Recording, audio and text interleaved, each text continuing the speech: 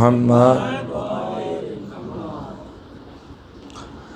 رحم اللہ من یقرأ الفاتحہ بسم اللہ الرحمن الرحیم الحمدللہ رب العالمین الرحمن الرحیم مالک یوم الدین ایاک نعبد و ایاک نستعین اہدنا الصراط المستقیم صراط الذین انعمت علیہم غیر المغضوب علیہم ولا الضالین بسم اللہ الرحمن الرحیم قل هو اللہ احد اللہ الصمد لم یلد ولم یولد ولم یکن له کفوا احد بسم اللہ الرحمن الرحیم قل هو اللہ احد اللہ الصمد لم یلد ولم یولد له کفوا احد بسم اللہ الرحمن الرحیم قل هو اللہ احد اللہ الصمد لم یلد ولم یکن له کفوا احد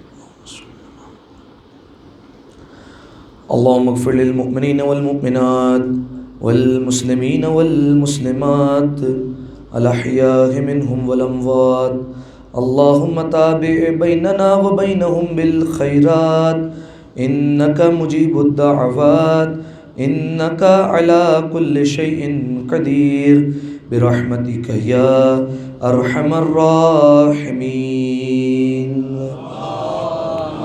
صل على محمد وآل اعوذ باللہ من الشیطان اللعین الرجیم بسم اللہ الرحمن الرحیم الحمد للہ الذی یخلق ولم یخلق ویرزق ولا یرزق ویطعم ولا یطعم ثم الصلاة والسلام على عبدك ونبيك وصفيك ورسولك وخيرتك من الخلق أبي القاسم محمد ما صل على محمد وعلى أهل بيته الطيبين الطاهرين المعصومين المظلومين سیما ابن عمہ علی علیہ السلام وهو النبأ العظیم والصراط المستقیم والقرآن الکلیم وهو الصدیق الاکبر والفاروق الاعظم وحبل اللہ المتین وامام المسلمین ووصی رسول رب العالمین واللعنۃ الدائمۃ علی اعدائہم اجمعین اما بعد فقد قال اللہ سبحانہ وتعالی فی محکم کتابہ مبین بسم اللہ الرحمن الرحیم والضحی واللیل اذا سجا ما ودعک ربک وما قلی وللآخرۃ خیر لک من الاولی ولسوف یعطیک ربک فترضی الم یجدک یتیما فآوی صلوات علی محمد و آل محمد صلی علی محمد و آل محمد. اس سے بہتر انداز سے مل کر بآواز بلند صلوات پڑھ دیں. اللہم صلی علی محمد. سامعین محترم، زمانے کے امام کی خدمت میں اس پردرد موقع کی تعزیت پیش کرنے کے لیے مل کر دعائے سلامتی امام زمانہ کی تلاوت کریں گے. بسم اللہ الرحمن الرحیم اللہم کل ولیک الحجت ابن الحسن صلواتک علیہ وعلی آبائے فی ہذہ الساعہ وفی کل ساعہ ولیاں وحافظا وقائدا وناصرا ودلیلا وعینا حتی تسکنہ ارضک طوعا وتمتعہ فیہا طویلا صلی علی محمد و آلہ. سامعین محترم، عزیزان گرامی قدر، آج کی یہ بابرکت اور روحانی مجلس عزا منسوب ہے رسول خدا احمد مجتبیٰ محمد مصطفیٰ صلی اللہ علیہ وآلہ وسلم سے ما صلی علی محمد وآل محمد۔ لہذا اسی کے مطابق آپ کی خدمت عالیہ میں چند مطالب پیش خدمت کروں گا۔ سامعین محترم، لیکن یہ بھی بات طے ہے کہ کوئی بشر بھی مقام مصطفیٰ کما حقہ بیان نہیں کر سکتا، بات طے ہے۔ اگر نبی مرسل کو سمجھنا ہے، اگر محمد مصطفیٰ کو سمجھنا ہے، تو پھر یا تو خدا کے قرآن سے سمجھا جائے یا حیدر کے فرمان سے سمجھا جائے۔ اس سے باہر کوئی بات ایسی نہیں ہے جو رسول اللہ کا مقام ہمیں سمجھا سکتی ہو، کیونکہ پہلے یہ بات آپ کی خدمت میں عرض کر چکا ہوں کہ کسی شخص کو اگر پہچاننا ہو تو یا تو اس کے استاد کے ذریعے سے پہچانا جاتا ہے یا اس کے شاگرد کے ذریعے سے پہچانا جاتا ہے، اور دنیا ڈھونڈ ڈھونڈ کے تھک گئی لیکن محمد مصطفیٰ کا استاد کوئی نہ ملا۔ محمد مصطفیٰ کا استاد صرف ایک ہی ہے، وہ ہے رب العالمین۔ اور محمد مصطفیٰ کے شاگرد کئی ملیں گے لیکن محمد مصطفیٰ کا لائق شاگرد صرف ایک ہی ہے، وہ ہے امیر المؤمنین۔ میرے لفظوں پر آپ غور کریں، میں نے کہا محمد مصطفیٰ کے شاگرد آپ کو کئی مل جائیں گے لیکن مصطفیٰ کا لائق شاگرد صرف آپ کو ایک ہی ملے گا، اس کا نام ہے امیر المؤمنین۔ تھوڑا سا آپ میرے ساتھ اگر جڑ جائیں گے تو مجلس اعضاء مجھے پتہ چلتا جائے گا کہ کہاں تک میری بات پہنچ رہی ہے۔ لہذا سامعین محترم، کسی صحابہ کی ہم توہین نہیں کرتے، کسی صحابہ کی اہانت نہیں کرتے۔ ہم صحابہ بھی رسول اللہ کے شاگرد ہیں، صحابہ بھی رسول اللہ کے ساتھ بیٹھتے تھے، رسول اللہ کے ساتھ مجمع میں بیٹھنے والے ہیں، رسول کے پیچھے نماز پڑھنے والے ہیں، رسول اللہ کے ساتھ شانہ ملا کر چلنے والے ہیں۔ لیکن سامعین محترم، یہ بات ذہن میں رہے، شانے سے شانے ملا کر چلنے والے اور ہوتے ہیں، شانے پر بلند ہونے والے اور ہوا کرتے ہیں۔ ایک دفعہ صلوات پڑھے مل کر بآواز بلند، اللہم صلی علی محمد وآل۔ لہذا سامعین محترم، اگر مقام ختمی مرتبت کو سمجھنا ہے تو یا تو پھر خدا کا قرآن یا حیدر کا فرمان۔ لہذا سامعین محترم، آج اسی بات کو مد نظر رکھتے ہوئے میں نے آپ کے سامنے جن آیہ مجیدہ کی تلاوت کی اس کا تعلق سورہ مبارکہ والضحیٰ سے ہے۔ 30ویں پارے کا یہ مختصر سا سورہ ہے۔ اس میں پروردگار عالم نے ابتدا میں 2 قسمیں کھائی ہیں، ٹھیک ہے؟ دیکھیے، اگر کوئی شخص، کوئی انسان قسم کھاتا ہے تو قسم کیوں کھاتا ہے؟ قسم اس لیے کھاتا ہے جب انسان کو یہ بات پتہ ہوتی ہے کہ سامنے والا میری بات پر بھروسہ نہیں کرنے والا، سامنے والا میری بات پر شک کرے گا، سامنے والے کو میری بات پر اعتبار نہیں آئے گا، اس لیے وہ قسم کھاتا ہے، اور قسم کھا کر اپنی بات پر اعتبار دلواتا ہے اور بھروسہ دلواتا ہے کہ دیکھو جو میں بات کہہ رہا ہوں وہ یقین سے تعلق رکھتی ہے، میں بالکل سچ بیان فرما رہا ہوں۔ لہذا سامعین محترم، پروردگار عالم قرآن مجید میں قسمیں کھا رہا ہے، لہذا پروردگار عالم کو تو قسمیں کھانے کی ضرورت نہیں ہے کیونکہ وہ تو خالق ہے اور اس کے کلام میں کسی شک و شبے کی گنجائش نہیں ہے، اس کا کلام تمام شبہات سے منزہ ہے، تمام شبہات سے پاک ہے، لہذا اسے قسم کھانے کی کیا ضرورت ہے، وہ کیوں قسم کھاتا ہے؟ لہذا سامعین محترم، یہ ایک سوال ہے کہ پروردگار عالم نے قرآن مجید میں جا بجا قسمیں کھائی اور وہ قسمیں کیوں کھائی ہے؟ لہذا علماء تفاسیر سے جب یہ بات پوچھی گئی کہ پروردگار عالم کا کلام وہ ہے کہ جس میں کسی شک کی گنجائش نہیں ہے تو پروردگار عالم قسم کیوں کھاتا ہے؟ تو بیان فرمایا کہ جب بھی پروردگار عالم کو اپنی بات میں تاکید پیدا کرنی ہوتی ہے، جب بھی پروردگار عالم کو اپنی بات میں وزن پیدا کرنا ہوتا ہے، جب بھی پروردگار عالم کو یہ بتانا ہوتا ہے کہ دیکھو جو میں آگے بات کہنے جا رہا ہوں وہ اہمیت کی حامل ہے، وہ اہمیت سے پر ہے، تو پروردگار عالم پہلے قسم کھاتا ہے، بعد میں بات کیا کرتا ہے۔ لہذا پروردگار عالم نے اس سورے کی ابتدا میں بھی 2 قسمیں کھائی ہے۔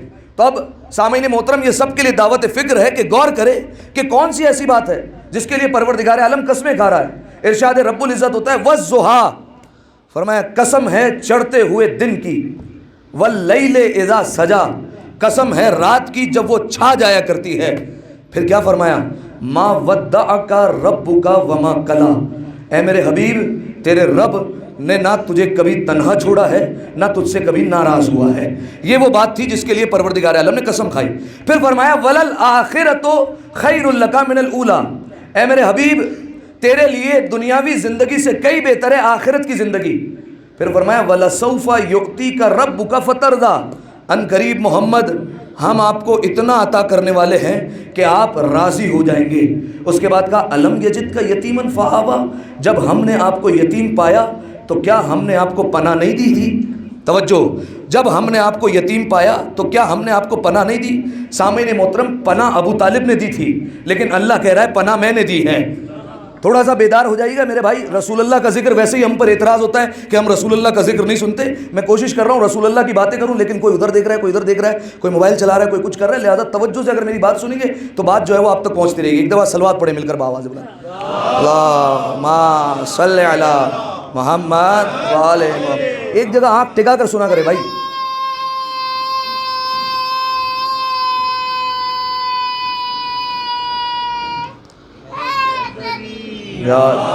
لہٰذا توجہ میری جانب رہے تو زیادہ بہتر ہے، جو آتا رہے گا وہ بیٹھتا جائے گا اور اس قافلے میں شریک ہوتا جائے گا۔ لہٰذا سامعین محترم، پروردگار عالم نے دو ابتدا میں قسم کھائی، اس کے بعد کہا اے میرے حبیب ہم نے آپ کو تنہا نہیں چھوڑا، اور اس کے بعد کہا دنیاوی زندگی سے کئی بہتر آخرت کی زندگی ہے۔ پھر فرمایا وَلَسَوْفَ يُعْطِيكَ رَبُّكَ فَتَرْضَىٰ، اے میرے حبیب ہم آپ کو اتنا عطا کریں گے کہ آپ راضی ہو جائیں گے۔ أَلَمْ يَجِدْكَ يَتِيمًا فَآوَىٰ، جب ہم نے آپ کو یتیم پایا تو کیا ہم نے آپ کو پناہ نہیں دی؟ سامعین محترم، پناہ دینے والا ابو طالب ہے، لیکن اللہ کہہ رہا ہے پناہ میں نے دی۔ تو کوئی ایک ایسا کافر بتاؤ جس کے عمل کو پروردگار عالم اپنا عمل کہتا ہو۔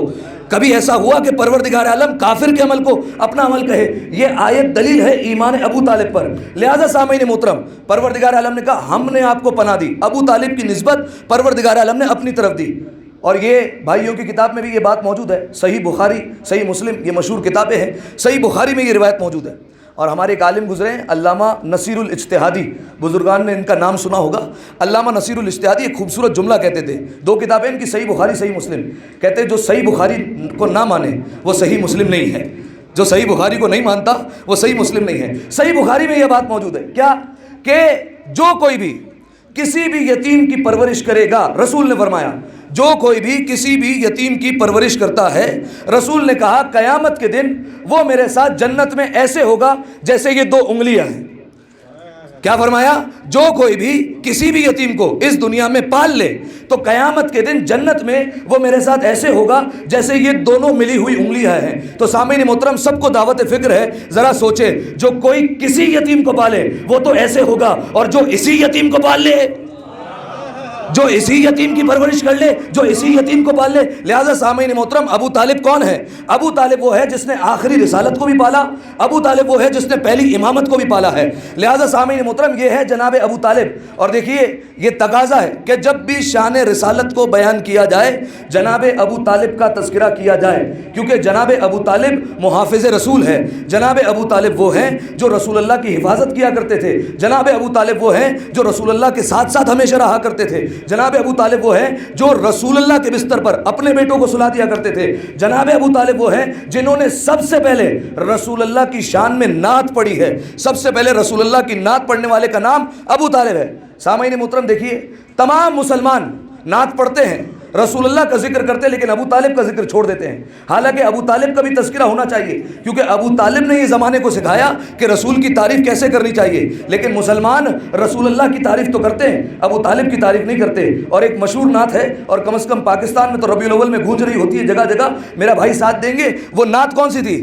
تیرا کھاواں تے تیرے گیت گاواں یا رسول اللہ، تیرا میلاد میں کیوں نہ مناوا یا رسول اللہ۔ یہ دعوے کہتے ہیں کہ یا رسول اللہ ہم آپ کا تذکرہ کیوں نہ کریں، کیونکہ ہم تو آپ کے گھر سے کھاتے ہیں، ہمیں رزق آپ کے دروازے سے ملتا ہے، لہٰذا ہم آپ کا ذکر کریں گے، 2400 گھنٹے ہم آپ کی تعریف کریں گے۔ لہٰذا سامعین محترم، میں مسلمانوں کو کہنا چاہتا ہوں اس کا تو تذکرہ کرتے ہو جس کے گھر سے تم رزق لیتے ہو، اس کا تذکرہ کیوں نہیں کرتے جس کے گھر سے خود محمد کھاتا رہا، جس کے گھر سے محمد کھاتا رہا اس کا تذکرہ کیوں نہیں کرتے؟ لہذا ضروری ہے جناب ابو طالب کی شان بھی بیان کی جائے جب رسالت کا تذکرہ ہے۔ لہذا سامعین محترم، اہل سنت تاریخ نے بھی لکھا، شیعہ تاریخ نے بھی اس بات کو لکھا کہ جناب ابو طالب محافظ رسول۔ اب سنتے جائیے، مکمل تاریخ بیان کر رہا ہوں۔ مکہ شہر، جناب ابو طالب ہمیشہ رسول اللہ کے ساتھ ساتھ ہوتے ہیں، حفاظت کے لیے چلتے ہیں۔ ایک دن ایسا آ گیا کہ رسول اللہ گھر سے اکیلے چلے گئے، نکل گئے۔ جناب ابو طالب کچھ دیر بعد پریشان ہو گئے کہ ابھی تک میرا بھتیجا محمد واپس پلٹ کر کیوں نہیں آیا۔ لہذا جناب ابو طالب نے کچھ جوانوں کو بھیجا کہ جاؤ میرے بھتیجے محمد کو ڈھونڈ کر لے کر آؤ۔ کچھ جوان گئے اور پورا مکہ چھان مار کر آ گئے۔ آ کر کہتے ہیں کہ اے ابو طالب ہم پریشان ہو گئے، لگتا ہے کہ محمد کھو گئے ہیں، محمد ہمیں نہیں مل رہے، محمد ہمیں کہیں بھی نظر نہیں آئے۔ جناب ابو طالب علیہ السلام جانتے تھے کہ یہ وہ زمانہ ہے کہ جب رسول اللہ تبلیغ کے لیے نکلا کرتے تھے، لہذا فوراً جناب ابو طالب کھڑے ہوئے، جلال میں آئے اور اپنے بنی ہاشم کے جوانوں سے کہا کہ آج نئے خنجر، نئی تلواریں، نئے نیمچے نکالو اور چلو میرے ساتھ۔ سب نے نئی نئی تلواریں نکالی، نئے نئے خنجر نکالے، نئے نئے نیمچے نکالے۔ جناب ابو طالب نے کہا کہ ان تلواروں کو، ان خنجروں کو اپنی آستینوں میں چھپاؤ۔ سب نے آستینوں میں چھپا دی اور اس کے بعد کہا کہ وہ دیکھو، وہ سارے مکہ کے مشرک بیٹھے ہوئے ہیں، وہ سارے مکہ کے سردار بیٹھے ہیں بڑے بڑے، سب جا کر ان کی پشت پر بیٹھ جاؤ، ایک ایک کے پیچھے ایک ایک بندہ بیٹھ جائے۔ میں جا رہا ہوں اپنے بھتیجے محمد کو ڈھونڈنے۔ 2 بندوں کو ساتھ لیا، کہا میں اپنے بھتیجے محمد کو ڈھونڈنے جا رہا ہوں، اگر واپس آؤں اور تم دیکھو کہ میرے ساتھ محمد نہیں ہے تو ہر ایک کے سینے میں خنجر پیوست کر دینا اور مار دینا، قتل کر دینا، پرواہ نہیں کرنا، اور اگر دیکھو کہ محمد میرے ساتھ ہے تو کچھ نہ کرنا۔ یہ ہے جناب ابو طالب۔ جناب ابو طالب علیہ السلام چلے، 2 بندوں کو ساتھ لیا، کوہ ابو قبیس پر چڑھے، ایک پہاڑ کا نام ہے، جا کر دیکھا کہ محمد کہیں نظر آیا لیکن رسول اللہ کہیں نہیں ملتے۔ کوہ ابو قبیس عبور کیا، سرزمین بطحا میں داخل ہوئے، وہاں جا کر دیکھنا شروع کیا کہ کہیں سے محمد مل جائے، لیکن رسول اللہ کا کہیں نام و نشان نہیں ہے۔ پھر رسول اللہ ایک اور پہاڑ پر چڑھے، تاریخ کہتی ہے وہ پہاڑ مسطح تھا، بالکل پلین پہاڑ تھا۔ جیسے ہی جناب ابو طالب اس پہاڑ پر چڑھے تو کیا دیکھا کہ محمد نماز پڑھ رہے ہیں، علی ان کے پیچھے نماز پڑھ رہے ہیں۔ محمد نماز پڑھا رہے ہیں، علی ان کے پیچھے نماز پڑھ رہے ہیں، دونوں بھائی مل کر نماز پڑھ رہے ہیں۔ جناب ابو طالب مسکرانے لگے اور کھڑے ہو کر دیکھنے لگے یہ منظر، اور مسکراتے جا رہے ہیں۔ جیسے ہی نماز ختم ہوئی، جناب ابو طالب فوراً دوڑ کر گئے رسول اللہ کے پاس، رسول اللہ کو سینے سے لگا دیا۔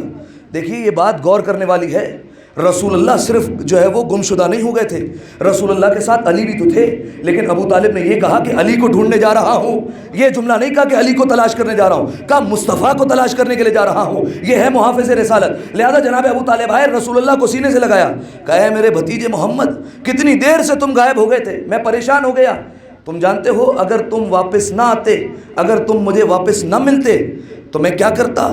رسول اللہ نے کہا چچا جان آپ کیا کرتے؟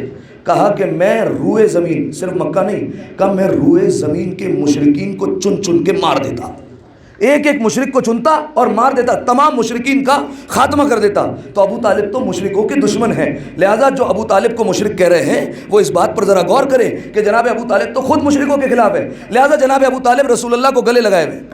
امیر المومنین بھی تھے وہاں پر، امیر المومنین کو 2 بندے جو کھڑے ہوئے تھے انہوں نے قریب بلایا۔ اب آپ جانتے ہیں کوئی چھوٹا بچہ آ جائے اور 2 بڑے ہوں تو وہ ان کے لیول پر ہو کر بات کرتے ہیں، ان سے مذاق کرتے ہیں، ان سے جو ہے وہ مزاح کرتے ہیں، استہزاء کرتے ہیں۔ دونوں نے امیر المومنین کو بلایا، سنیے گا، امیر المومنین قریب آئے، جیسے ہی قریب آئے کہا کہ اے علی تم کیا کر رہے تھے؟ کہا کہ میں اپنے رسول کی اتباع کر رہا تھا، ابھی رسول اللہ نے اعلان رسالت نہیں کیا ہے، ابھی بتایا نہیں ہے کہ میں رسول ہوں، لیکن علی جانتا ہے کہ یہ رسول ہے۔ علی کہہ رہا ہے میں اپنے رسول کی اتباع کر رہا تھا۔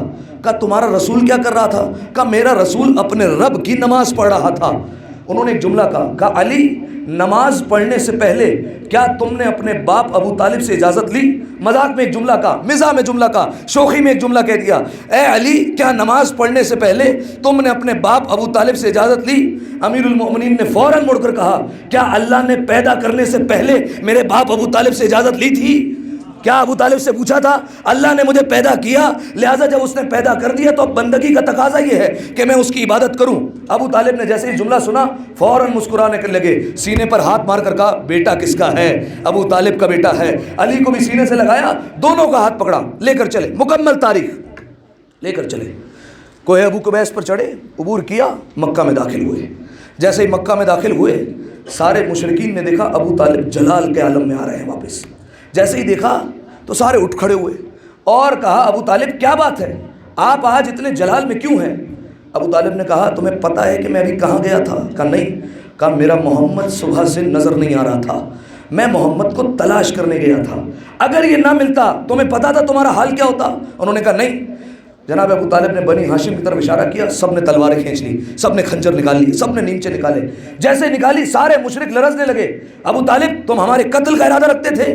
جناب ابو طالب نے کہا مجھے پتا تھا کہ تم میرے محمد کو نقصان پہنچانا چاہتے تھے۔ اس کے بعد جناب ابو طالب نے ایک شعر پڑھا، فرمایا الم تعلموا انا وجدنا محمدا نبیا کموسیٰ وخط الکتاب، فرمایا تم نہیں جانتے کہ ہم نے محمد کو نبی پایا ہے، ابھی نبوت کا اعلان نہیں ہوا، علی کا بابا بھی گواہی دے رہا ہے کہ محمد نبی ہے۔ کیسے؟ کموسیٰ، بالکل موسیٰ کی طرح یہ بھی نبی ہے۔ وخطا فی اول الکتب، فرمایا جیسے موسیٰ کا اول کتب میں تذکرہ ہے ویسے محمد کا بھی تذکرہ ہے۔ ابو طالب نے ایک شعر میں 3 چیزوں کی گواہی دی، محمد کے ایمان کی گواہی بھی دی، موسیٰ پر ایمان کی بھی گواہی دی، آسمانی کتابوں کے ایمان پر بھی گواہی دی ہے۔ لہذا سامعین محترم، جناب ابو طالب کا اگر کوئی دیوان پڑھے جو اشعار جناب ابو طالب نے کہے ہیں تو ان سے پتہ چلے گا کہ جناب ابو طالب کا ایمان کس درجے پر ہے۔ لہذا لوگوں کو چاہیے کہ جناب ابو طالب کے ایمان پر بحث نہ کرے، جناب ابو طالب کی ولایت پر بحث کرے۔ جناب ابو طالب پروردگار عالم کے وسیع تھے، حجت خدا تھے، کیونکہ دیکھیے جناب عیسیٰ سے لے کر رسول اللہ تک اتنا فاصلہ ہے درمیان میں، کون حجت تھا؟ حدیث ہے ہمارے پاس، اگر زمین حجت خدا سے خالی ہو جائے زمین تہس نہس ہو جائے گی۔ بھائی عیسیٰ آخری نبی ہے محمد سے پہلے، تو بیچ میں حجت کون تھا؟ تو پروردگار عالم نے اوصیاء کا سلسلہ جاری کیا، ان اوصیاء میں آخری کڑی جناب ابو طالب کی تھی۔ جناب ابو طالب بھی اللہ کے وصی تھے۔ لہذا سامعین محترم، دنیا کو چاہیے کہ جناب ابو طالب کے ایمان پر بات نہ کرے، ان کی ولایت پر بات کرے، ان کی عصمت پر بات کرے، ان کی وصایت پر بات کرے، کیونکہ اگر ابو طالب کے ایمان پر بات ہوگی تو پھر سب کے باپ کے ایمان پر بات ہوگی، سب کے باپ کا ایمان دیکھا جائے گا کون کون ایمان پر تھا، کون کون ایمان پر نہیں تھا۔ بھائی کیونکہ کل ایمان کے باپ کو جب آپ نے مومن نہیں مانا تو پھر کون مومن ہوگا؟ لہذا سامعین محترم، جناب ابو طالب محافظ رسالت، پروردگار عالم نے دیکھا کہ میرے رسول کو ایک محافظ مل چکا ہے، حکم دیا وَأَنذِرْ، اے میرے حبیب ڈراؤ ذرا۔ کن کو ڈراؤ؟ ذرا اپنے اقربا کو سب سے پہلے ڈراؤ اور انہیں تبلیغ کرو، بتاؤ کہ تم اللہ کے رسول ہو۔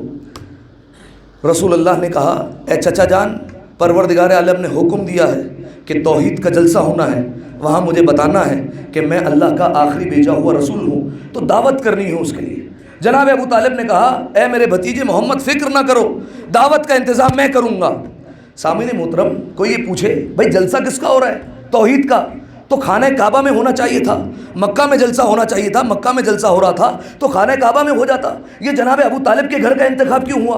تو مسلمانوں نے ایک بات کہی کہ وجہ یہ تھی کہ اس وقت خانہ کعبہ میں کچھ بت پڑے ہوئے تھے، لہٰذا ہم وہاں پر توحید کا جلسہ نہیں کر سکتے تھے۔ تو اتنی بات تو طے ہو گئی کہ ابتدا میں رحمان کے گھر میں بت تھے، عمران کے گھر میں کوئی بت نہیں تھا، عمران کے گھر میں کوئی بت نہیں تھا، لہٰذا یہاں توحید کا پہلا جلسہ ہوگا۔ جناب ابو طالب نے کہا ہے میرے بھتیجے محمد فکر نہ کرو، کھانے کا انتظام میں کروں گا۔ اب سمجھ میں آیا، مجلس کے بعد کھانا کرنا ابو طالب کی سنت ہے۔ لہذا سامعین محترم، فوراً انتظام کیا۔ جناب ابو طالب نے کیا انتظام کیا؟ صرف ایک بھیڑ کی ران، بس یہ ہوا۔ رسول اللہ نے کہا اے میرے چچا جان فکر نہ کیجئے، اسی میں سب کھا لیں گے۔ انتظام ہوا، دعوت ذوالعشیرہ کا واقعہ، سارے بیٹھے گھر میں، سب لوگ آئے کھانا کھانے کے لیے، سارے بیٹھ گئے۔ ابو لہب نے پہلے طنز کیا اور کہا کہ ایک بھیڑ اس کی ران ہے، عرب میں ایسے ایسے لوگ تھے جو پورے پورے بکرے کھا جایا کرتے تھے، تو یہ ایک ران ہے صرف، اس میں ہم سب کو کیسے پورا ہوگا؟ ابو طالب نے کہا فکر نہ کرو، سب کھائیں گے بھی، بچے گا بھی، کیونکہ میرے بھتیجے نے اس پر ہاتھ مس کر دیا ہے، میرے بھتیجے نے اسے مس کر لیا ہے، کھاؤ گے بھی، بچے گا بھی، چاہیے ہو تو لے کر بھی جانا۔ جناب ابو طالب علیہ السلام پھر باہر چلے گئے، گھر کے باہر کھڑے ہوئے۔ آپ جانتے ہیں جب مجلس ہوتی ہے تو کچھ میزبانوں کی عادت یہ ہوتی ہے کہ وہ گھر کے باہر کھڑے رہتے ہیں، مہمانوں کا، آنے والوں کا استقبال کرتے ہیں، یہ جناب ابو طالب کی سنت ہے۔ جناب ابو طالب سب کا استقبال کر رہے تھے، سب کو اندر بلا رہے تھے۔ پہلے کھانا ہوا، جیسے ہی کھانا ختم ہوا ابو لہب اٹھا۔ ابو لہب نے کہا کہ دیکھو اس محمد کی بات نہ سننا، یہ محمد ہمیں گمراہ کر دے گا، سارے چلو واپس۔ سب کو لے کر وہاں سے چلا گیا۔ روایت کے الفاظ تاریخ کے اہل سنت نے بھی لکھے قوموا وانصرفوا، اٹھو اور چلو یہاں سے، ہمیں نہیں سننا کچھ، چلا گیا۔ رسول اللہ افسردہ ہوئے۔ جناب ابو طالب نے کہا بھتیجے فکر نہ کرو، کل پھر دعوت کریں گے، پھر بلائیں گے انہیں۔ اگلے دن پھر دعوت کا انتظام کیا گیا، سارے کے سارے پھر آئے، پھر دعوت کھائی۔ ابو لہب پھر اٹھا اور جانے لگا، اور جیسے ہی گیا وہاں سے رسول اللہ کی آنکھوں میں آنسو آ گئے۔ جناب ابو طالب نے دیکھا کہ کائنات کے رسول کی آنکھوں میں آنسو، فوراً کہا اے بھتیجے کل پھر دعوت کریں گے۔ اور میں ضمانت دیتا ہوں کل ایک بندہ بھی یہاں سے اٹھ کر نہیں جائے گا. یہ کون بات کر رہا ہے؟ علی کا بابا کا کل یہاں سے ایک بندہ بھی اٹھ کر نہیں جائے گا. اگلا دن ہوا، پھر دعوت رکھی گئی، پھر سب نے کھایا. جیسے ہی رسول اللہ کھڑے ہوئے کچھ بولنے کے لیے، ویسے ہی یہاں سے ابو لہب اٹھا. یہاں سے ابو لہب کا اٹھنا تھا، وہاں سے ابو طالب اٹھے. یا یوں کروں، یہاں سے بت پرست اٹھا، یہاں سے محمد کا سرپرست اٹھا. یہاں سے کذاب اٹھا، یہاں سے 14 صادقین کا باپ اٹھا. دیکھیے، حیدر ہو کہ حسنین کے سجاد خدا ہو، باقر ہو کہ جعفر ہو کہ موسیٰ کے رضا ہو، جواد تقی ہو کہ نقی مست دعا ہو، یا سرکار حسن عسکری انجم بقبا ہو، یا مہدی آخر کے حجابوں میں چھپا ہو، ہر جزو اسی پیکر غالب سے ملے گا، ہر فرد کا شجرہ ابو طالب سے ملے گا. لہذا سامعین محترم، یہاں سے اٹھا بت پرست، یہاں سے اٹھا دین کا سرپرست، یہاں سے کذاب اٹھا، یہاں سے 14 صادقین کا باپ اٹھا. جناب ابو طالب نے کیا کیا؟ دایاں ہاتھ نہیں، بایاں ہاتھ. جناب ابو طالب نے ابو لہب کے گریبان میں ہاتھ ڈالا، بایاں ہاتھ، اور اس کے بعد بٹھایا. کہا اسکت یا حمار.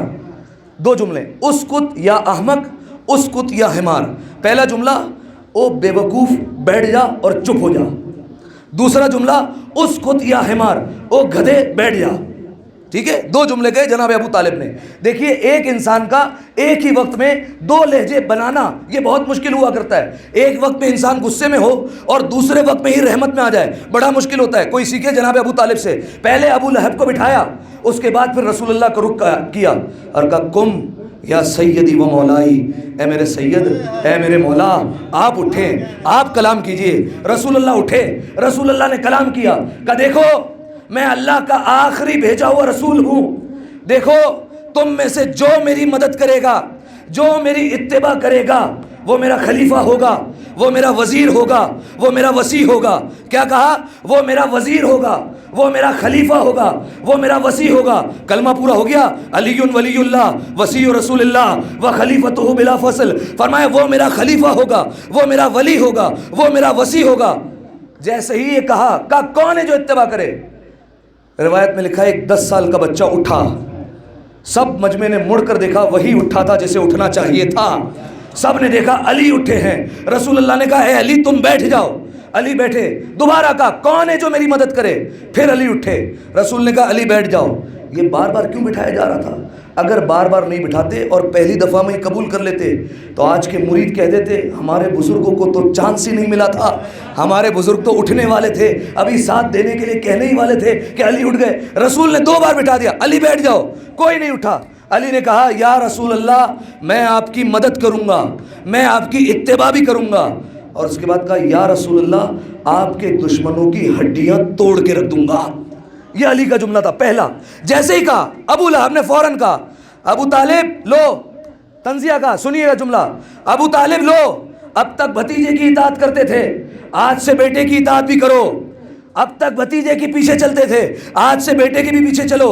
سامعین محترم، ابو لہب کافر تھا لیکن سمجھ گیا تھا کہ خلافت کا فیصلہ ہو چکا ہے، رسول خلیفہ بنا چکے ہیں. سامعین محترم فرمایا ابو طالب لو اب اپنے بیٹے کی بھی اتباع کرو. تو سامعین محترم اب فیصلہ کیجئے، ابو طالب جیسا مومن جب اس کا گزارا علی کے بغیر نہیں ہوتا تو مسلمانوں کا گزارا کیسے ہو جائے گا؟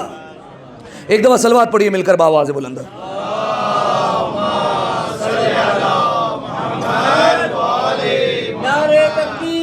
اللہ اکبر یا رسول اللہ یا اللہم صلی علی محمد. دیکھیں مجھے کہا جا رہا ہے اس لیے آگے بلا رہا ہوں، آپ آ جائیں آگے صلوات پڑھتے ہوئے. اللہم صلی علی محمد. ایک دفعہ رسول اللہ کی ذات کی خوشنودی کے لیے مل کر بآواز بلند صلوات پڑھ دیں. اللہم صلی علی محمد. جزاکم اللہ. لہذا سامعین محترم، دعوت عشیرہ اختتام پر پہنچی. جیسے ہی ختم ہوئی اب مشرکوں نے ایک میٹنگ بلائی، مکمل تاریخ، ایک میٹنگ بلائی اور کہا کہ یہ محمد تو ہمارے خداؤں کو برا بھلا کہہ رہا ہے اور اب اپنی رسالت کا اعلان بھی کر چکا ہے، تو اس محمد سے پیچھا کیسے چھڑائیں؟ تو اب کسی نے یہ مشورہ دیا کہ محمد کو قتل کر دیا جائے، تو فوراً سامنے سے کوئی بول پڑا کہ جانتے نہیں ہو محمد کے ساتھ ابو طالب ہوتا ہے، لہٰذا ابو طالب جب ساتھ ہوتے ہیں تو محمد پر قتل کا حکم صادر نہیں ہو سکتا ہے، کیسے قتل کریں گے ہم؟ تو ایک نے مشورہ دیا کہ کچھ ایسی باتیں معاشرے میں رائج کر دو کہ لوگ محمد کی باتیں سننا چھوڑ دیں۔ کہ جیسے کہا ایک کام کرتے ہیں کہ عرب میں رواج تھا کہ وہ شاعروں کو اتنا غور سے نہیں سنتے تھے، کیونکہ شاعر اس زمانے میں کیا ہوتے تھے، شرابیں پی کر مست ہو کر اپنی دھن میں جو شعر کہنا ہوتا تھا کہہ دیتے تھے، لہذا وہ راستے میں کہہ رہے ہوتے تھے، لوگ انہیں سنے بغیر گزر جایا کرتے تھے، یہ شاعر۔ انہوں نے کہا ایک اور طبقہ ہے جسے لوگ نہیں سنتے، کہا کون؟ کہا جادوگر، کہا اور؟ کہا مجنون، پاگل۔ کہا یہ تین باتیں پھیلا دو، کہا شاعر کہہ دو تاکہ مرد دور ہو جائیں، جو رستے سے گزر رہا ہو وہ محمد کو نہ سنے، کہا جادوگر کہہ دو کیونکہ عورتیں جادو ٹونے سے ڈرتی ہیں تھوڑا، کہا عورتیں دور ہو جائیں گی خود بخود، محمد کے قریب نہ آئے گی، محمد کے دین پر ایمان نہ لائے گی، لہذا کہہ دو جادوگر ہے، اور کہا کہہ دو مجنون، یہ پاگل ہے۔ بچے تو ویسے ہی پاگل کی باتوں پر دھیان نہیں دیتے، اسے پتھر مارا کرتے ہیں، اسے تنگ کیا کرتے ہیں، لہذا ہمارا منصوبہ کامیاب ہو جائے گا کہ محمد کی تبلیغ ناکام ہو جائے گی اور ان کی باتیں کوئی نہیں سنے گا۔ تین الزامات لگائے، کہا شاعر تاکہ مرد دور ہو، جادوگر تاکہ عورتیں دور ہوں، مجنون تاکہ بچے دور ہو۔ پھر سنیے، شاعر کہا تاکہ مرد دور ہو، مجنون کہا تاکہ بچے دور ہوں، جادوگر کہا تاکہ عورتیں دور ہوں۔ پروردگار عالم نے دیکھا کہ انہوں نے بھی انتظام کر لیا ہے تو اب ایک انتظام میں بھی کروں گا۔ کہا اے محمد گھبرانا مت، انہوں نے شاعر کہا تاکہ مرد دور ہو، انہوں نے جادوگر کہا تاکہ عورتیں دور ہوں، مجنون کہا تاکہ بچے دور ہوں، فکر نہ کر محمد، مردوں کے مقابلے پر تجھے ابو طالب دوں گا، عورتوں کے مقابلے پر خدیجہ دوں گا، بچوں کے مقابلے پر علی دوں گا۔ فرمایا بچوں کے مقابلے پر علی دوں گا، بالکل خوف نہ کا، تو اپنی تبلیغ کر۔ رسول اللہ کو تبلیغ کا حکم ملا، رسول اللہ روز نکلتے ہیں گھر سے تبلیغ کرنے کے لیے، ٹھیک ہے۔ ایک دن نکلے، جیسے ہی نکلے تو بچے آ گئے، اور سارے مشرکین مکہ کے جتنے بچے تھے 60 80 100 جتنے، روایت میں تاریخ میں 350 کی بھی تعداد لکھی ہوئی ہے، سارے کے سارے بچے آ گئے، اور سب نے رسول اللہ کو تنگ کرنا شروع کیا، کیونکہ کیا بات مشہور کر دی تھی، مجنون ہے، پاگل ہے۔ کسی نے رسول اللہ کے گلے میں رسی ڈالی، رسول اللہ کو جگہ جگہ سے کھینچنا شروع کیا، کسی نے رسول اللہ پر پتھر برسائے، رسول اللہ کا سارا جسم لہولان ہو گیا، رسول اللہ کو زخمی کیا گیا۔ رسول اللہ واپس پلٹے، شفیق چچا نے دیکھ لیا، ابو طالب کی نظر پڑی، کہا محمد میرے بھتیجے کیا بات ہے، یہ کیسے زخم پہنچے، یہ کیسے نقصان ہوا؟ کہا چچا جان وہ مکہ کے بچے، مشرکین مکہ کے بچے آئے تھے اور مجھے نقصان پہنچا کر چلے گئے۔ جناب ابو طالب نے کہا اچھا، اے محمد مجھے پہلے بتاتے تو میں تمہارے ساتھ چلتا۔ کہا نہیں چچا جان کوئی ضرورت نہیں ہے، میں اکیلا جاؤں گا، یہ بچے ہی ہیں، آج مار رہے ہیں، کل میری تبلیغات پر عمل کریں گے۔ جناب ابو طالب نے کہا ٹھیک ہے۔ اگلے دن رسول اللہ پھر نکلے، مشرکین مکہ نے پھر اپنے بچوں کو بھیجا، پھر آئے، کسی نے رسول اللہ کے گلے میں رسی ڈالی، پھر کھینچنا شروع کیا، کسی نے پتھر مارے، رسول اللہ کا جسم لہو لہان ہو گیا۔ رسول اللہ واپس پلٹ کر آئے، جناب ابو طالب نے پھر دیکھا، جناب ابو طالب نے رسول اللہ کا ہاتھ پکڑا، کہا چلو میرے ساتھ۔ آئے مشرکین مکہ کے دروازے پر، کہا دیکھو یہ میرا بھتیجا ہے، یہ مجھے میرے بیٹوں سے زیادہ عزیز ہے، آج کے بعد اگر اسے نقصان پہنچایا تو تم تو جانتے ہی ہو کہ میں ابو طالب ہوں، تمہیں تو پتہ ہی ہے کہ میں ابو طالب ہوں اور میرا تعلق بنی ہاشم سے ہے، آج کے بعد اسے نقصان نہ پہنچے۔ تو ایک نے کہہ دیا کہ اے ابو طالب آپ بیچ میں کیوں آ رہے ہیں، یہ کیا ہے، یہ تو بچوں کا معاملہ ہے، بچوں کے معاملے میں ہمارے بڑوں کا کیا کام ہے۔ اب سنیے گا جناب ابو طالب کا جملہ، ابو طالب نے کہا سوچ لو، پھر ایک بچہ میرے گھر میں بھی ہے، ایک بچہ پھر میرے گھر میں بھی ہے، پھر نہ کہنا کہ بچوں کا معاملہ تھا، پھر بیچ میں نہ آنا۔ جناب ابو طالب کو انہوں نے اپنی ہماری زبان میں ٹرکا دیا، واپس بھیج دیا، جاؤ ابو طالب ہمارے دروازے سے کیا شور شرابہ لگایا ہے۔ جناب ابو طالب کو واپس کیا، جناب ابو طالب آئے گھر میں، آتے ہی گھر میں پہلی صدا دی، یا علی، اے علی ادھر آؤ، میرے قریب آؤ۔ علی کو بلایا، علی کل تمہیں اپنے بھائی محمد کے ساتھ جانا ہے، اور دیکھو جو ہاتھ رسالت کی طرف غلط نیت سے اٹھے اور جو آنکھ غلط ارادے سے محمد کی طرف اٹھے، نہ وہ آنکھ سلامت رہے نہ وہ ہاتھ سلامت رہنے چاہیے۔ علی نے کہا بابا آپ کا حکم سر آنکھوں پر، کل ایسا ہی ہوگا۔ اگلا دن نمودار ہوا، دونوں بھائی گھر سے چلے، رسول اللہ آگے آگے، علی پیچھے پیچھے۔ قرآن کی آیت یاد آ رہی ہے، والشمس وضحاها والقمر اذا تلاها، قسم سورج کی جب وہ نکلتا ہے، قسم چاند کی جو سورج کے پیچھے پیچھے چلتا ہے۔ علی رسول اللہ کے پیچھے پیچھے جا رہے ہیں، علی انوکھا کام کر رہے ہیں۔ کیا کر رہے ہیں؟ کھجور کھا رہے ہیں، گٹھلیاں جیب میں، کھجور کھا رہے ہیں، گٹھلیاں جیب میں۔ ایک جملہ کہوں، یہ جیب میں گٹھلیاں جمع نہیں ہو رہی، رسالت کی حفاظت کے لیے اسلحہ جمع ہو رہا ہے۔ علی گٹھلیاں جمع کر رہے ہیں۔ چلے تاریخ طبری کے جملے ہیں، امیر المومنین چل رہے ہیں، آگے سے بچے آئے، 50 100 150 جتنے بچے تھے سارے مقابل ہوئے، سب کے ہاتھوں میں پتھر۔ علی آگے آئے رسول کے، علی نے اشارہ کیا، کہا باز آؤ، دیکھو یہ میرا بھائی ہے، میرا رسول ہے، اسے کوئی نقصان نہ پہنچے، اگر نقصان پہنچا تو تم اپنے نقصان کے خود ذمہ دار ہوں گے۔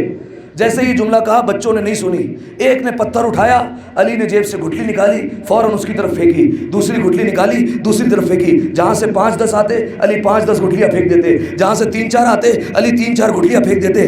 جانتے ہیں کیا ہوا؟ تاریخ طبری کے جملے ہیں، علی گٹھلیاں مارتے جاتے تھے، جسے جہاں لگتی اس کا وہ عضو ناقص ہو جاتا تھا، جس کے ہاتھ پر لگا اس کا ہاتھ گیا، جس کے پیر پر لگا اس کا پیر گیا، جس کی آنکھ پر لگا اس کی آنکھ گئی، جس کے کان پر لگا اس کا کان گیا۔ اگر اب بھی کوئی شک کرے اتنی چھوٹی سی گٹھلی اتنا بڑا وجود کیسے تباہ کر سکتی ہے، جاؤ قرآن پڑھنا، الم تر کیف فعل ربک باصحاب الفیل۔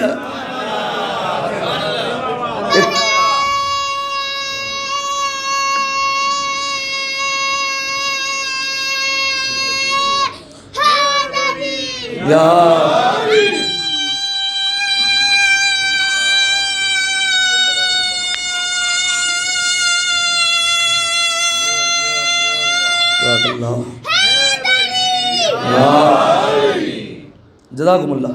لہذا سامعین محترم، قرآن میں دلیل ہے، اتنی کنکریوں نے ہاتھیوں کا لشکر تباہ کر دیا، لہذا علی نے بھی اتنی گٹھلیوں سے پورے کے پورے مشرکین مکہ کے بچے ناقص کر دیے۔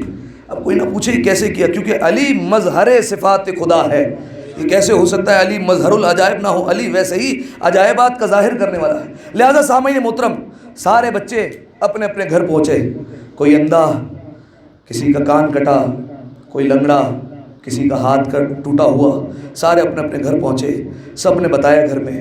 انتظار ہونے لگا کہ کب ان کے ابا جان آئیں گے تو انہیں داستان سنائی جائے، انتظار ہونے لگا۔ اور آپ جانتے ہیں ویسے ہی جو ہے وہ عورتوں کا ایک روب، جیسے ہی گھر میں گھسے شور شرابہ ایک شروع ہو گیا، اور کہا جو ہر گھر میں کیا ہو رہا تھا، کہا علی نے ہمارے بچوں کو مارا ہے، علی نے ہمارے بچوں کو مارا ہے، علی نے ہمارے بچوں کو مارا ہے، علی نے ہمارے بچوں کو مارا ہے۔ جانتے ہیں یہ کیا ہوا؟ کافروں کے گھر میں علی علی ہو رہا تھا، ہر جگہ علی علی کی صدائیں تھی، علی نے مارا ہے، علی نے مارا ہے، علی نے مارا ہے۔ سارے اپنے بچے لے کر چلے، نہیں، سارے ٹوٹے ہوئے کھلونے لے کر چلے، سارے ٹوٹے ہوئے کھلونے لے کر چلے۔ آئے ابو طالب کے دروازے پر دستک دینے لگے سارے۔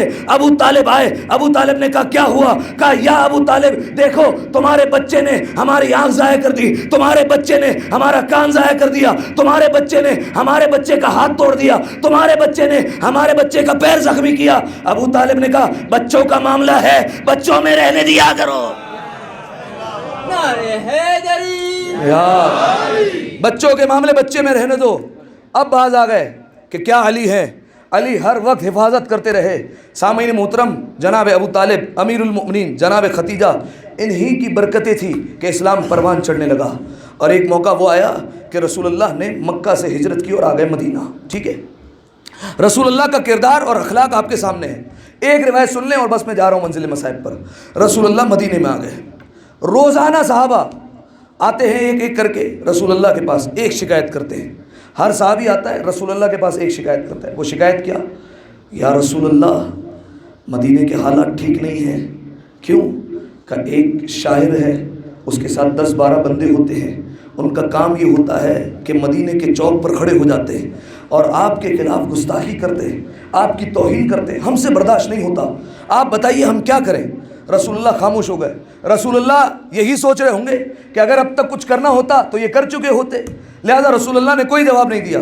رسول اللہ خاموشی اختیار جو ہے وہ کیے ہوئے تھے۔ 2 دن بعد پھر آئے، یا رسول اللہ آج پھر اس نے گستاخی کی ہے، پھر آپ کے اشعار پڑھ رہا تھا، لوگوں کو گمراہ کر رہا ہے، کچھ کیجیے۔ رسول اللہ خاموش رہے، کوئی جواب نہیں دیا۔ ایک دن صحابہ نے دیکھ لیا اکیلا جا رہا ہے وہ شاعر، سب نے پکڑا اور اسے رسیوں میں جکڑا اور جکڑ کر لے کر آ گئے رسول اللہ کے پاس، سامنے پھینک دیا رسول اللہ کے.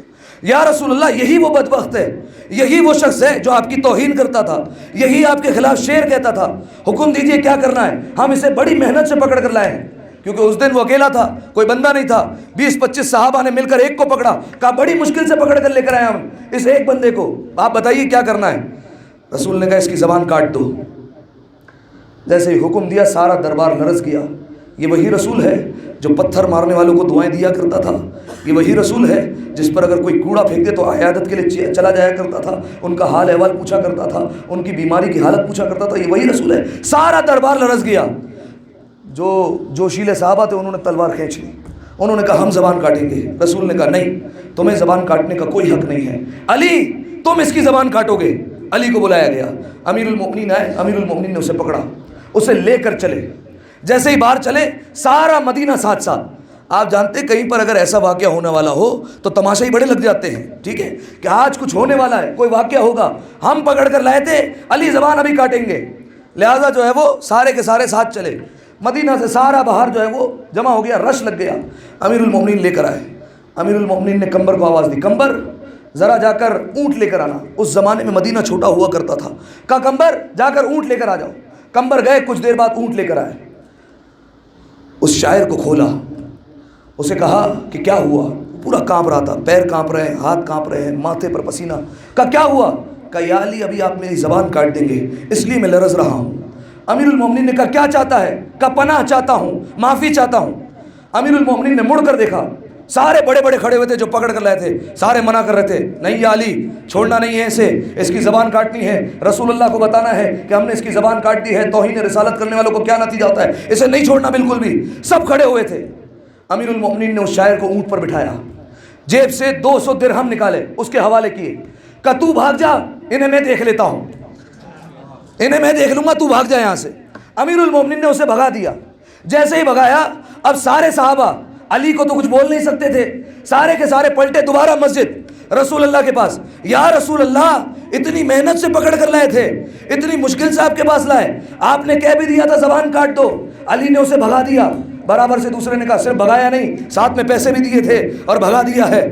رسول کے چہرے پر جلال آنے کے بجائے مسکراہٹ آ گئی. رسول اٹھے اور یہ کہتے ہوئے اپنے حجرے میں چلے گئے، علی میری بات کو سمجھ گئے تھے، علی میری بات کو سمجھ گئے تھے. اور رسول یہ کہہ کر حجرے میں چلے گئے. سارے اپنے اپنے گھر پہنچے.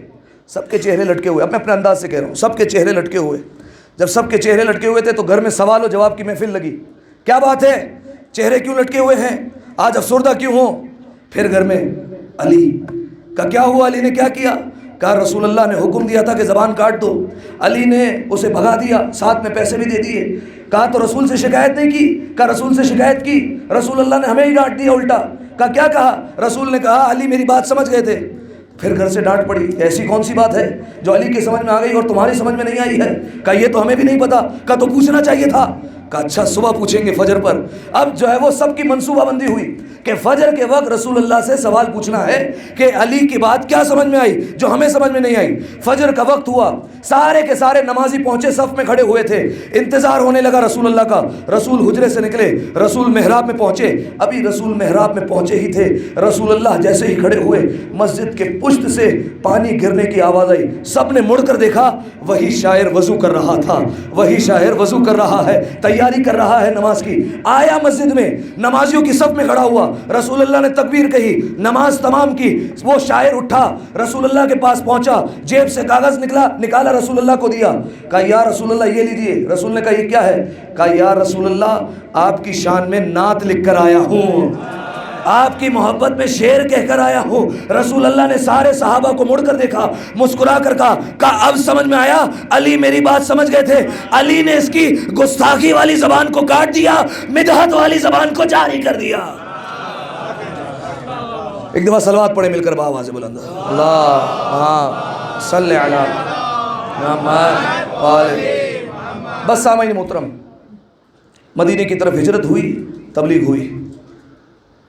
آخر میں رسول اللہ کا مشہور و معروف واقعہ غدیر خم کا تاریخ ہے. غدیر خم سے جب واپس آئے رسول اللہ بیمار ہو گئے. ٹھیک ہے، دیکھیے یہ سوال پوچھا جانے والا ہے کہ غدیر خم پر رسول اللہ بالکل ٹھیک تھے. حج رسول اللہ نے ایسے کیا، تاریخ کے جملے ہیں، ایسے کوئی جوان بھی نہیں کرتا جیسے رسول اللہ نے حج کیا، جس جوش و خروش سے رسول اللہ نے حج انجام دیا. اچانک کیا ہو گیا، یہ رسول اللہ کی جو ہے وہ طبیعت ناساز ہو گئی، رسول اللہ بیمار ہو گئے، رسول اللہ بستر پر آ گئے. یہ کیا ہوا؟ لوگ کہتے ہیں وہ اصل میں جو ہے وہ خیبر میں ایک رسول اللہ کو زہر دے دیا تھا جو آہستہ آہستہ اثر کر رہا تھا اور رسول اللہ پر اثر کرنے لگا تھا. سامعین محترم، حج کے بعد ہی اثر کیا، اس کے پہلے کیوں اثر نہیں کیا؟ وہ ضروری تھا کہ حج انجام ہو جائے، حج مکمل ہو جائے، اس کے بعد ہی وہ زہر اثر کرنا شروع کرے. یہ کچھ علماء نے، بہت ہی قلیل علماء نے اس نظریے کو اپنا ہے، لیکن آپ جانتے ہیں زیادہ تر علماء کا نظریہ ہے کہ رسول اللہ کو زہر کسی اور نے دیا ہے. ٹھیک ہے، دیکھیے یہ بات تو طے ہے، حدیث موجود ہے ہمارے پاس کہ ہم میں سے جو بھی شہید ہوتا ہے یا تو تلوار سے شہید ہوتا ہے یا زہر سے شہید ہوتا ہے. آپ دیکھ لیجئے تاریخ میں جتنے امام گئے زہر سے گئے یا تلوار سے گئے. رسول اللہ کیسے ہو سکتا ہے کہ اپنی طبعی موت چلے جائیں؟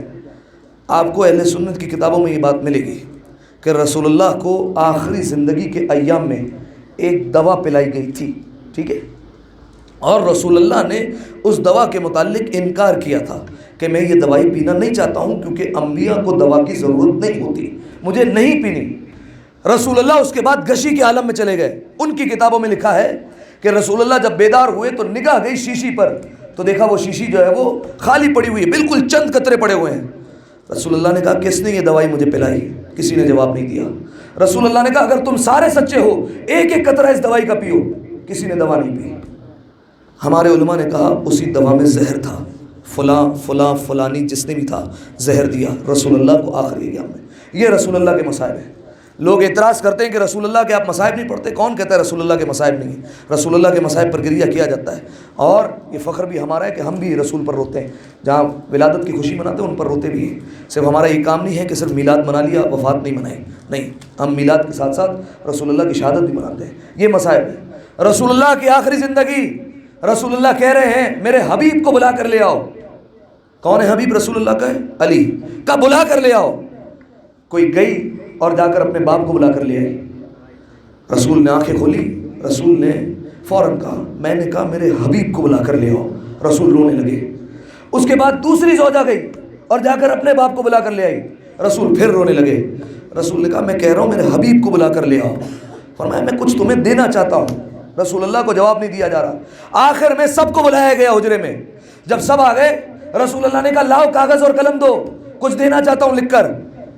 پتا تھا لوگوں کو کہ لکھ دیں گے علی ولی اللہ، لکھ کر چلے جائیں گے کہ علی کو بنا کر جا رہا ہوں، لہذا خوف تھا. کیا کہا؟ ان رجلا لیہجر. فرمایا ایسے کیا ہو گیا ہے؟ یہ تو بیماری میں بکے جا رہا ہے. یہ جملے کہے، یہ ہے توہین رسالت. یہ حجرے میں کہا جا رہا ہے رسول اللہ کے سامنے. کہا یہ تو بکے جا رہا ہے، یہ تو ہذیان بک رہا ہے، اس کے دماغ پر اثر ہو گیا ہے، اب یہ اپنے بس میں نہیں ہے. رسول اللہ رونے لگے. اب کوئی کہے کہ علی نے کیوں کاغذ و قلم نہیں دیا؟ اگر علی کاغذ اور قلم دیتے تو محرک لکھ دیتا کہ علی نے کاغذ اور قلم دیا تھا، مطلب علی نے خود لکھ دیا تھا، رسول نے اعلان نہیں کیا تھا. علی خاموش کھڑے رہے کیونکہ رسول اللہ کے حکم کے تابع تھے. علی نے نہیں دیا. یہ رسول اللہ کے مصائب ہے. رسول اللہ نے اپنی زندگی کے آخری ایام میں کہا میں اتنی نکاہت محسوس کر رہا ہوں کہ میں جا کر نماز نہیں پڑھا سکتا. جاؤ میرے حبیب کو بلاؤ تاکہ وہ جا کر نماز پڑھائے. جملے تاریخ کی ایک زوجہ گئی، جا کر اپنے باپ کو بلا کر لے آئی. رسول اللہ غصے ہو گئے. رسول اللہ نے کہا میں نے کہا میرے حبیب کو بلانا تھا. اس کی زوجہ نے اپنے باپ کو کہا کہ جائیے آپ نماز پڑھائیے مسجد میں. وہ شخص گیا، محراب میں کھڑا ہوا. رسول اللہ کو اطلاع دے دی کسی نے کہ محراب میں فلاں بندہ پہنچ گیا ہے. رسول اللہ اس بیماری کے عالم میں اٹھے ہیں. ٹھیک ہے، سہارا لیا جناب عباس ابن عبد المطلب رسول اللہ کے چچا، اور ایک سہارا لیا امیر المؤمنین کا. ٹھیک ہے، یہ بھی بیان نہیں کیا جاتا. یہ تو بیان کیا جاتا ہے جناب عباس کا سہارا لیا. دوسرا فرد نہیں بتایا جاتا کہ رسول کو سہارا دینے والا کون تھا. یہ روایت بھی رسول اللہ کی ایک زوجہ کی تھی، بتایا نہیں جاتا کون تھا. جناب عباس ابن عبد المطلب سے پوچھا گیا دوسرا کون تھا. جناب عباس نے کہا وہ علی تھے. کہا تو پھر انہوں نے کیوں بیان نہیں کیا؟ کہا انہیں شاید شرم آ رہی ہوگی جو علی کا نام بیان نہیں کیا. دراصل بغض تھا علی کا کہ علی کا نام بیان نہیں کیا. رسول اللہ آئے نکاہت کے عالم میں، محراب میں پہنچے. رسول اللہ نے روایت کے جملے اپنی کوہنی ماری اس شخص کو، اسے ہٹایا. کہا ہٹ پیچھے، یہ نماز تو نہیں پڑھا سکتا. رسول اللہ نے اس عالم میں ایک روایت کے مطابق خود نماز پڑھائی، ایک روایت کے مطابق علی کو آگے کیا، علی تم نماز پڑھو. علی سے نماز پڑھوائی رسول اللہ نے. یہ رسول اللہ کے مصائب ہیں. یہ ہے توہین رسالت. یہ ہے مصائب کہ رسول اللہ کے جنازے میں کوئی نہیں تھا. یہ مصائب ہے۔ رسول اللہ کا جنازہ اٹھنے والا ہے، غسل و کفن کا انتظام ہونے والا ہے، لیکن کوئی ایک نہیں ہے جو رسول اللہ کے پاس آئے اور غسل و کفن کرے، کوئی ایک بھی نہیں ہے۔ کون ہے؟ صرف علی ہے صرف، باقی سارے کہاں ہیں؟ سقیفہ میں بیٹھے ہوئے ہیں اور بیٹھ کر فیصلہ ہو رہا ہے کہ اگلا خلیفہ کون ہوگا، لیکن علی رسول اللہ کے غسل و کفن کا انتظام کر رہے ہیں، علی رسول اللہ کے پاس موجود ہے، سب کو تسلی دے رہے جو ہے۔ یہ رسول اللہ کے مصائب ہیں۔ سامعین محترم، روایت کے جملے ہیں، اب سنتے جائیے گا، محسوس کرتے جائیے اور روتے جائیے۔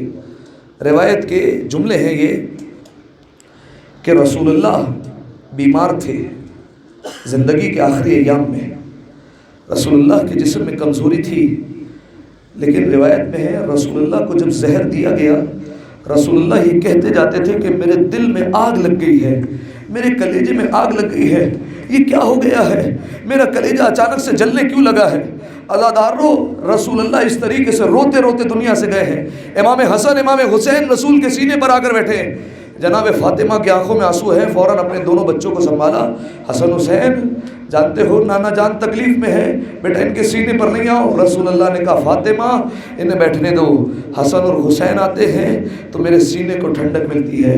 عزادارو سنیے روایت کے جملے، آخری 3 دن رہ گئے رسول اللہ کے جانے میں۔ روایت کے جملے ہیں رسول اللہ نے کہا کہ مجھے مسجد میں لے جایا جائے، میں کچھ کہنا چاہتا ہوں۔ آپ جانتے ہیں 2 مہینے تک لوگوں نے رسول اللہ کا چہرہ نہیں دیکھا تھا، ورنہ روزانہ رسول اللہ 5 وقت مسجد میں آتے تھے اور نہ جانے کتنی دفعہ ملاقات ہوتی تھی۔ لوگوں نے رسول اللہ کا دیدار نہیں کیا تھا، لوگ تڑپ رہے تھے کہ رسول کی زیارت کر لیں، لوگ تڑپ رہے تھے کہ کسی طرح رسول اللہ اپنے چہرے کی زیارت کرتے ہیں، لوگ تڑپ محسوس کر رہے تھے۔ عزادارو آپ جانتے ہیں نا، اس کو محسوس کیجئے گا، جو افراد مدینہ جا چکے ہیں، جو افراد کربلا جا چکے ہیں، گنبد پہ نظر پڑتی ہے رونے لگتے نا۔ آپ سوچئے گنبد کو دیکھتے رونے لگتے ہیں، جس نے رسول کو دیکھا ہو اس کی کیا حالت ہوگی۔ رسول اللہ باہر آئے سہارا لے کر، جیسے ہی باہر آئے روایت کے لفظ ہے ساری مسجد گریہ کرنے لگی، رونے کی آوازیں بلند ہوئی، سب کی آنکھوں میں آنسو آنے لگے کہ ہم رسول اللہ کی زیارت کے لیے ترس گئے تھے، خدا کا شکر ہمیں زیارت نصیب ہو گئی۔ عزادارو رسول سہارا لیتے لیتے آئے ممبر تک، ممبر پر بیٹھے، جیسے ہی ممبر پر بیٹھے نا، لوگوں نے دیکھا رسول اللہ بڑے کمزور ہو گئے ہیں، ساری مسجد رو رہی تھی۔ رسول اللہ نے ایک اعلان کیا، مسجد میں کوہرام ہو گیا۔ رسول اللہ نے کہا دیکھو اب میں تم سے خطاب کرنا چاہتا ہوں، کیونکہ بہت جلد میں اپنے خالق سے ملاقات کرنے والا ہوں۔ جیسے یہ جملہ کہا سارے اصحاب رونے لگے، جتنے لوگ مسجد میں تھے سب کی آوازیں بلند ہونا شروع ہو گئی۔ رسول اللہ نے پھر ایک اور جملہ کہا اگر تم میں سے کوئی یہ سمجھتا ہے کہ میری گردن پہ اس کا حق موجود ہے تو ابھی آئے حق کا مطالبہ کر لے، میں اسے ابھی حق دے دوں گا، کیونکہ میں نہیں چاہتا کہ قیامت میں کوئی مجھ سے حق کا مطالبہ کرے۔ عزادارو جیسے ہی یہ جملہ کہا نا، سارے اصحاب رونے لگے، بڑھ بڑھ کر کہنے لگے یا رسول اللہ آپ ہم پر احسان کرنے والے ہیں، یا رسول اللہ یہ کیسے ہو سکتا ہے کہ آپ کی گردن پر کسی کا حق ہو۔ عزادارو ایک شخص کھڑا ہوا، اس نے کہا یا رسول اللہ ایک جنگ میں آپ کے ساتھ ساتھ تھا، آپ کا تازیانہ میرے بدن سے مس ہو گیا تھا، اگر آپ نہ کہتے میں بدلے کا نہیں کہتا، لیکن آپ نے کہا ہے تو اب میں بدلہ لینا چاہتا ہوں۔ عزادارو سارے صحابی دیکھنے لگے اور کہنے لگے ارے شخص تجھے کیا ہو گیا ہے، ارے تو رحم تو کر، دیکھ تو صحیح رسول اللہ بیمار ہیں، رسول اللہ ضعیف ہو چکے ہیں، رسول کا جسم کمزور ہو چکا ہے، ارے ان کے بدلے ہمیں تازیانہ مار لے۔ اس نے رسول اللہ سے کہا یا رسول اللہ ان لوگوں کو دیکھیے، یہ لوگ مجھے کیا کہہ رہے ہیں، لوگ مجھے ڈانٹ رہے ہیں۔ رسول اللہ نے کہا اسے مت ڈانٹو، اسے اپنا حق لینے دو۔ عزادارو رسول مسجد میں آئے تھے نا، تازیانہ تو نہیں لائے تھے۔ رسول نے کہا حسن حسین جاؤ بیٹا گھر جا کر تازیانہ لے کر آ جاؤ۔ حسن اور حسین گئے، گھر سے جا کر تازیانہ لے کر آ گئے، اپنے نانا کو دیا، رسول اللہ نے اس شخص کو دیا، کہا لے شخص اپنا بدلہ پورا کر لے۔ سارے اصحاب رو رہے تھے، سب کی آنکھوں میں آنسو تھے۔ اس شخص نے ایک اور جملہ کہا یا رسول اللہ جس وقت مجھے تازیانہ لگا تھا اس وقت میرے بدن پر قمیض نہیں تھی، میں بدلہ پورا لینا چاہتا ہوں۔ رسول اللہ نے اپنے جسم سے قمیض کو اوپر کیا، جب صحابہ نے رسول کے جسم کو دیکھا چیخ مار کر رونے لگے، کہا یا رسول اللہ یہ آپ کے جسم کی کیا حالت ہو گئی۔ عزادارو روایت کے جملے ہیں رسول نے جب قمیض کو بلند کیا ہے، رسول کی مہر نبوت نظر آنے لگی، وہ شخص آگے بڑھا، تازیانے کو بلند کیا۔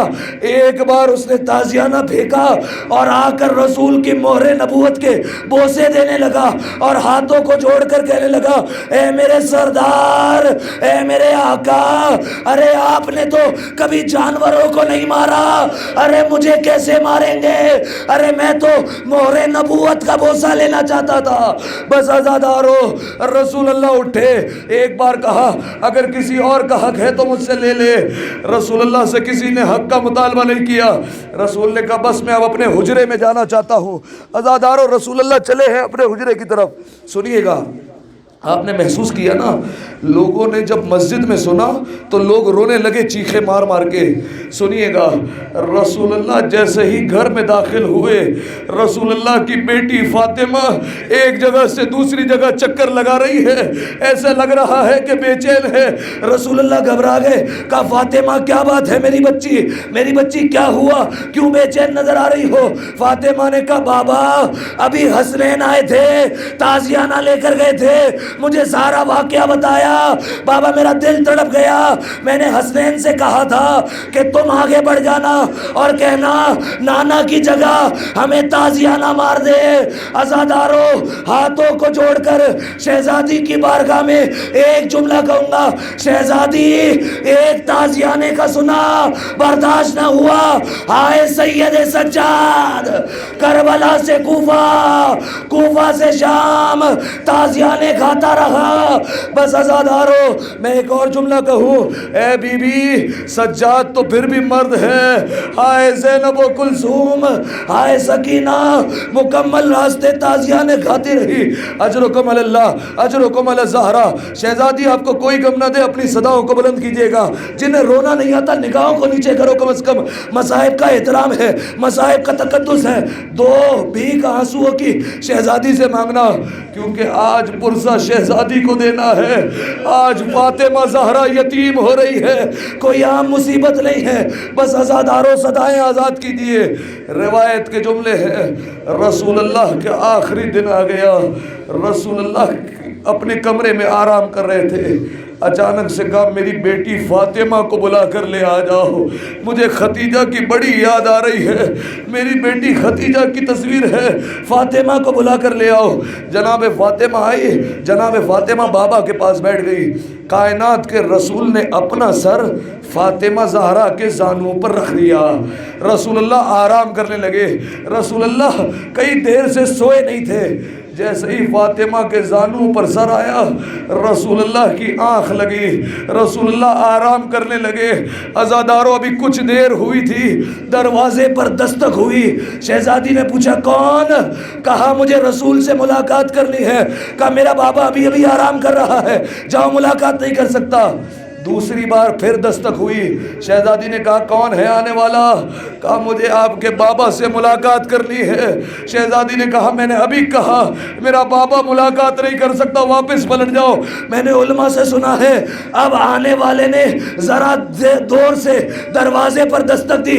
عزادارو، اس سے پہلے کہ شہزادی کچھ کہتی، شہزادی کی آنکھوں سے آنسو نکلنے لگے، آنسو بہنے لگے، آنسو بہتے بہتے رسول کے رخسار پر گرے۔